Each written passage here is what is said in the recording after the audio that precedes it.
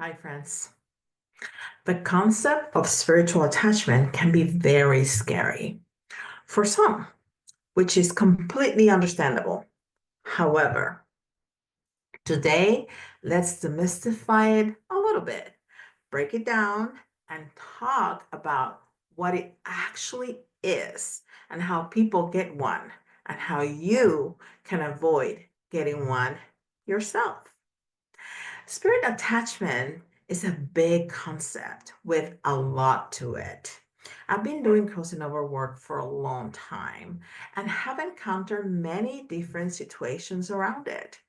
For this reason, for this session, I want to focus on breaking down what a spiritual attachment really is so you can understand it, how the attachment happens, so you have more clarity, and finally, what you can do to avoid getting a spiritual attachment yourself, right? Now, notice how that last sentence sparks fear. The phrase, how can you avoid getting one yourself, make it seem like this is a frightening thing.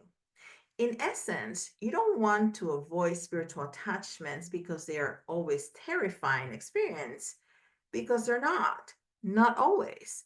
We want to avoid them because we want to walk through the world um, with our own spiritual path, with our own energy. Just as you want to avoid picking up other people's emotions and energies because they weigh you down.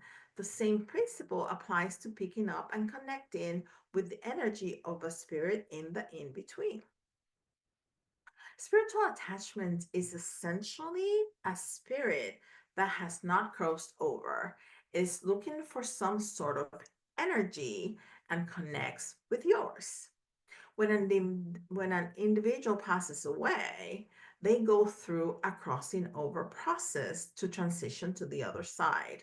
This process includes a review and an adjustment period. And most of the time, it happens automatically, okay, and beautifully. However, sometimes spirits get stuck, whether by their own doing or due to other factors. Spirit can get stuck for various reasons, almost always rooted in fear. Okay.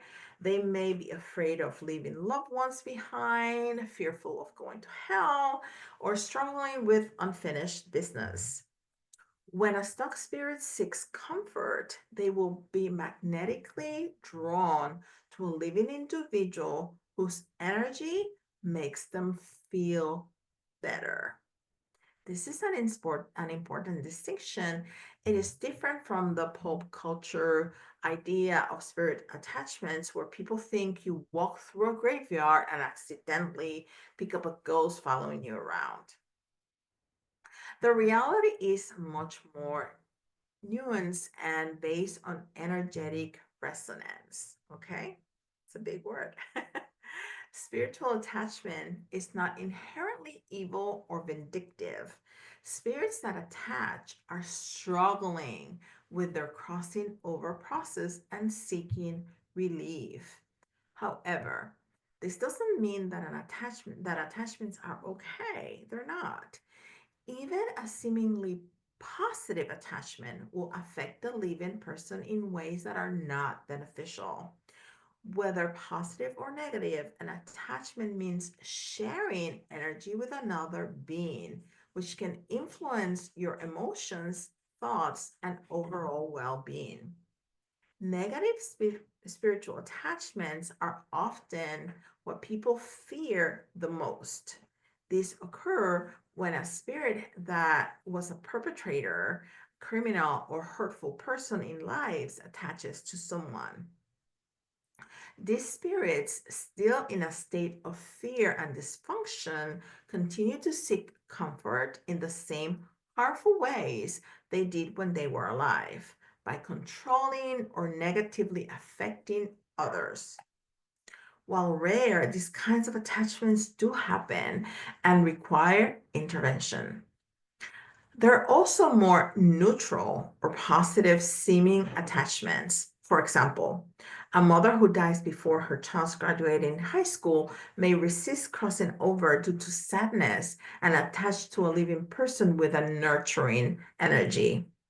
Even though her intentions aren't harmful, her presence can influence the attached person's emotions, making them feel sadness that isn't theirs. In essence, keeping your energetic body clear is crucial. Just as you wouldn't want to carry someone else's emotional baggage in your daily life, you also don't want to carry the energy of a spirit. So, why does one person get a spiritual attachment while another one doesn't? Sometimes it's just being in the wrong place at the wrong time. I mean, really, especially if someone is unaware of their energetic body. But more often, spiritual attachments occurs when a living person is stagnant in their own energy, stuck in grief, trauma, or emotional distress. Since like attracts like, a stuck spirit will be drawn to a stuck person. The good news is that preventing spiritual attachment is very simple. There are two key steps. Practice GCP, Clear Ground Protect. Okay, this is a simple yet powerful daily practice to maintain energetic hygiene. It only takes 60 seconds and significantly reduces the chance of a spiritual attachments. I've been teaching GCP for over 15 years, and thousands of students worldwide have found it life-changing. Take a small step forward into your personal growth. If you're feeling stuck, even a tiny movement like saying a daily affirmation, buying a self-help book, even if you don't read it, or acknowledging your emotions shifts your energy from stagnant to flowing. This alone make you less likely to attract a stuck spirit. In summary, a spiritual attachment happens when a spirit in the in between seeks comfort by connecting with a living person whose energy matches theirs. To avoid attachments, keep your energy moving and practice GCP daily. This is not about fear, it's about empowerment and maintaining a clear, healthy spiritual path. I hope this helps to demystify spirit attachments and remove some of the fear surrounding them. At the core, these are souls who are suffering, and their true healing comes from crossing over, not from attaching to the living. So, if you're interested in learning more about the crossing over process and what happens in mediumship work, I have a mediumship class at the School of Spirits. There, I dive deeper into these topics and share insights from my own experience.